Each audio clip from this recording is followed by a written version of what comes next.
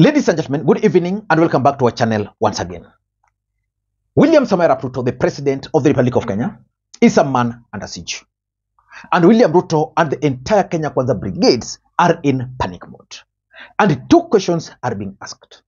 The first question is whether the Gen Zs can actually stage a coup or can... The first question which is being asked is whether the Gen Zs can actually remove William Ruto out of office before 2027 presidential elections in the Republic of Kenya. Do you think the Gen Zs can force Ruto out of office?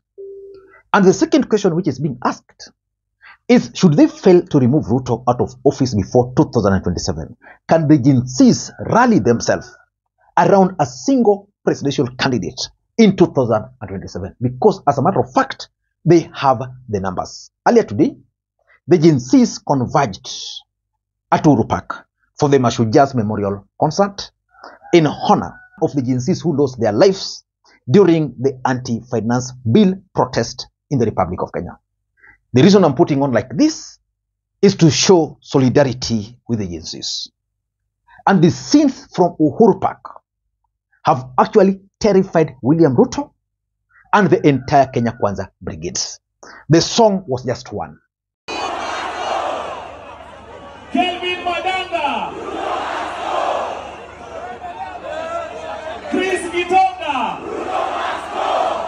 Tunasema viva jamani. Haya, huyo alikuwa 12 years old. Kennedy Onyango, viva! Rex Masai, viva! Matthew Choroge, viva! Kevin Mawasi,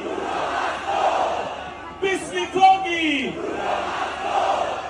David Shage, viva! Erickson Chalo Motisia, Ibrahim Kamau Zero, BV Elias Scott, Emmanuel Kickstarter, viva! Joshua Obati, viva! Clinton Mwavali, viva! Kennedy. The song was just one. Ruto must go. And that's why I began by asking you guys whether the Gen Zs can actually force Ruto out of office before 2027. I was having this discussion with someone and he told me that if the government had allowed these demonstrations to go on for the next 3 weeks, William Ruto was going to leave. And that's why the government had to decide to invade or to infiltrate the protest and make them violent. But something also shocked me and the entire country. The turnout for this particular event. I want you guys to watch these short clips because in this video, I want to explain to you guys why Kenya Kwanza are actually in panic mode. But first of all, just pay very close attention to these clips. These are real clips which were captured live from Uhuru Park.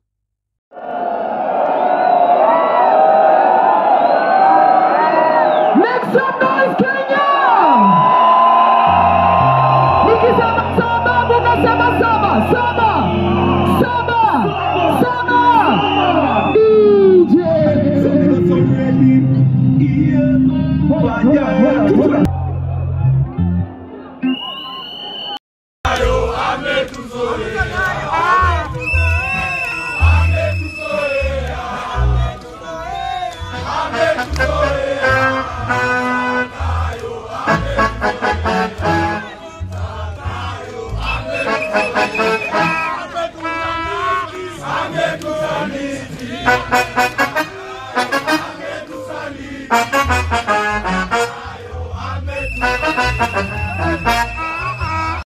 Now, from those clips, do you want to tell me that William Ruto and his Kenya Kwanza brigades are going to sleep tonight? Those guys are not going to sleep because they are in panic mode. So in this video, I want to explain to you guys why William Ruto and Kenya Kwanza brigades are in panic mode after today's event at Uhuru Park. But before you do that, for those who are watching this channel for the first time, please take a second or two, click that subscribe button so that next time we produce a video like this, YouTube will automatically notify you. And to the subscribers, I want to continue thanking you guys for your continued support, because without that support, this channel cannot be where it is. Ladies and gentlemen, without further ado, allow me to dive in. But again, before I dive in, allow me to also take this opportunity to thank the following people. You are seeing their names on the screen there for the coffee which they sent to me earlier today. You can also do the same using the numbers you are seeing on your screen. Ladies and gentlemen, why do you think William Ruto is worried and in panic after today's Shujaaz Memorial Concert at Uhuru Park? The first thing which is worrying William Ruto and his team is how they can tame the Gen Z movement. What can he do? What do you think William Ruto can actually do to tame these young people? Because for a very long time, very many people, including myself, never believed that the younger generation would emerge much more stronger than even my generation. Very few people had imagined. In fact, during the last campaign, I remember with the campaign, then go and relax in some clubs and you'd find these Gen Zs dancing, you know, like if you go to those Merima Drive, for those who are in Nairobi, you go to Thika Road, those clubs. If you come to Kisumu here, you know, we have those clubs. These ladies here, you know, a day to elections and they like, nothing is happening. For them is sherehe. So I thought that these guys, they were not politically aware. So the worry is, what can they do to tame these guys? Because these guys are now out. What can William Ruto do? What can Kenya Kwanza do to tame these guys? Because this is a movement and it's picking up. It can be equated to the movement that kicked Moi out of office. That was tribeless.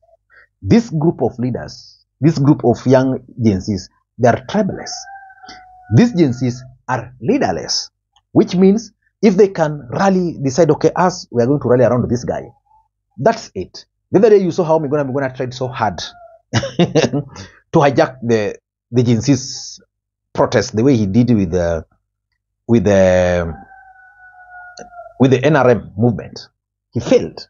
These guys, they are very peaceful. If you paid very close attention to the way they've been organizing themselves, very peaceful, which means you can't even fight them. They're educated, which means they know what they are doing. Yeah, they are jobless, which means there's nothing they can lose. They have the support of their parents. In most cases, their parents even pray for them. I was watching a video of Holy Family Basilica today, where people were just with the whistles, you know, scenes which could not be imagined before. They have the support of the church. They have the support of the mosque. So how can you tame this group of people? What they are saying resonates so well with their parents. Their parents have educated them. The government has failed to give them jobs. So William Ruto's biggest headache is how can he tame this movement? If it comes to lies, these boys and girls are telling William Ruto, us, we are not our parents.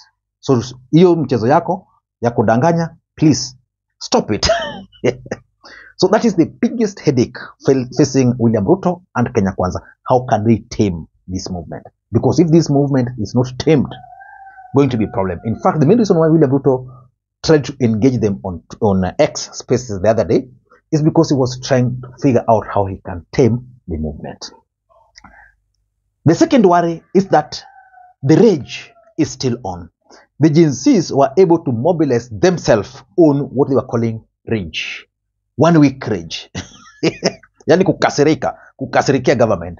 You go to X Spaces, people like Murkomen would join, wanalima mpaka, you just run away yourself.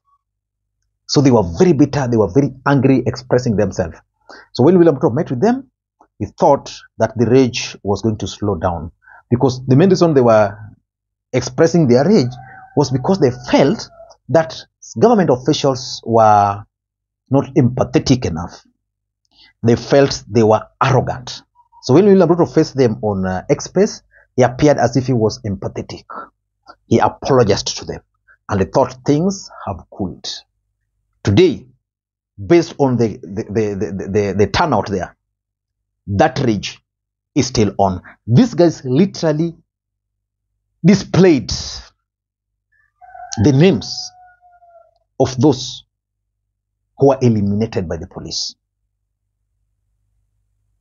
That's rage. I witnessed a woman literally crying Watch this woman crying. Oh, you are my hero. You are our hero. I'm very proud of you. I'm very proud of you. Proud. Gen Zs have made me proud. Gen Zs have made me proud. I never bought the flag of Kenya. I never bought. It is my first time I bought this flag. Oh, because I'm proud to be a Kenyan. So how do you think William Ruto can deal with the rage? Because it's still on. Number 3, and this is something which is, I know, is giving them serious headache.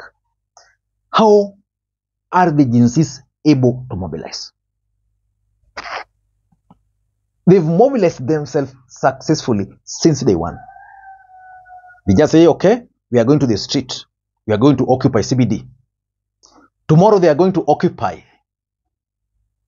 Tomorrow, the Gen Zs who are in the medical field, now they're now trying to specialize. Yeah? So if you're a medical doctor, intern, tomorrow, Ministry of Health, they're going to camp there until they leave with their letters. So the question is, how are they able to mobilize? Because even Kenya Kwanza cannot mobilize Kenyans like that. Look at today. They just said, we are going to organize a concert. And this thing, I've seen people saying, oh, they were sponsored. This thing here, they came up with it during one of the Twitter spaces. Yeah? They turned up. For the demonstrations, they just said, we are going to occupy CBD. That was it. We are going to occupy Parliament. That was it. Yeah? We are going to occupy State House. Of course, they were thwarted, but that was the intention of going to State House, to occupy it. We are going to occupy churches across the country. These guys were able to occupy churches, including yesterday and today. So William Ruto's worries is, how are these guys able to mobilize? The fourth thing which is giving William Ruto and his brigades serious headache is the thought of an invisible hand behind the movement. In fact, William Ruto and his government need to really figure out how to deal with this movement. Because any slight mistake is going to set them up further against this group. When this group first organized the first demonstration, these guys thought it was a joke. So when they organized now the storming of Parliament, the government decided, okay, the best thing for us is to try and arrest the key figures. So they went and picked Gabriel Oguda here, Otero there, they went and picked Anifa there, they went and picked so and so. You know, they thought by picking up those guys, the group was going to be crippled. They thought they were going to be able to identify the people behind the group. That failed. The demonstration even got worse.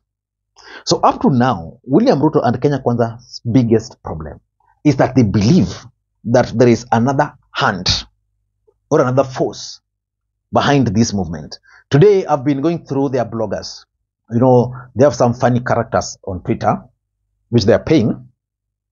They were like, you know, you guys, you are going to the street, but there are people who are becoming billionaires or millionaires out of these things. The truth is, the government believes there are some invisible hands behind this. So I don't know, but they are still unable to see that invisible hand. And the last thing, which is really worrying Kenya Kwanza, is the fact that these Gen Zs are now politically aware, which means there is nothing they will be doing without these guys scrutinizing. Just yesterday, but one, there is this bill at the Senate, which was amended by Okiya. And in that bill, I think it's now going to allow government officials to also do business with government, which is a very bad bill. And Edwin Sifuna, who has been a darling of the Gen Zs, is currently being roasted on Twitter over that. So it means this group now is more organized. They are well aware politically.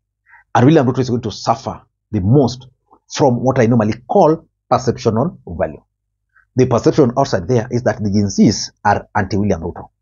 William Ruto had banked on what he was calling generational change, where he was going to, like, I'm mentoring Chungwa, I'm mentoring Ndindi Nyoro, I'm mentoring, and all these people he's alleging to be mentoring have become enemies of the Gen Zs.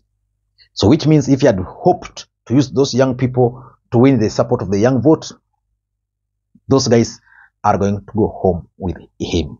But the truth of the matter is that William Ruto is currently a man under siege. He is panic, and if not checked, William Ruto is going to lose it. Until next time, this is Lee Makwiny. Bye-bye.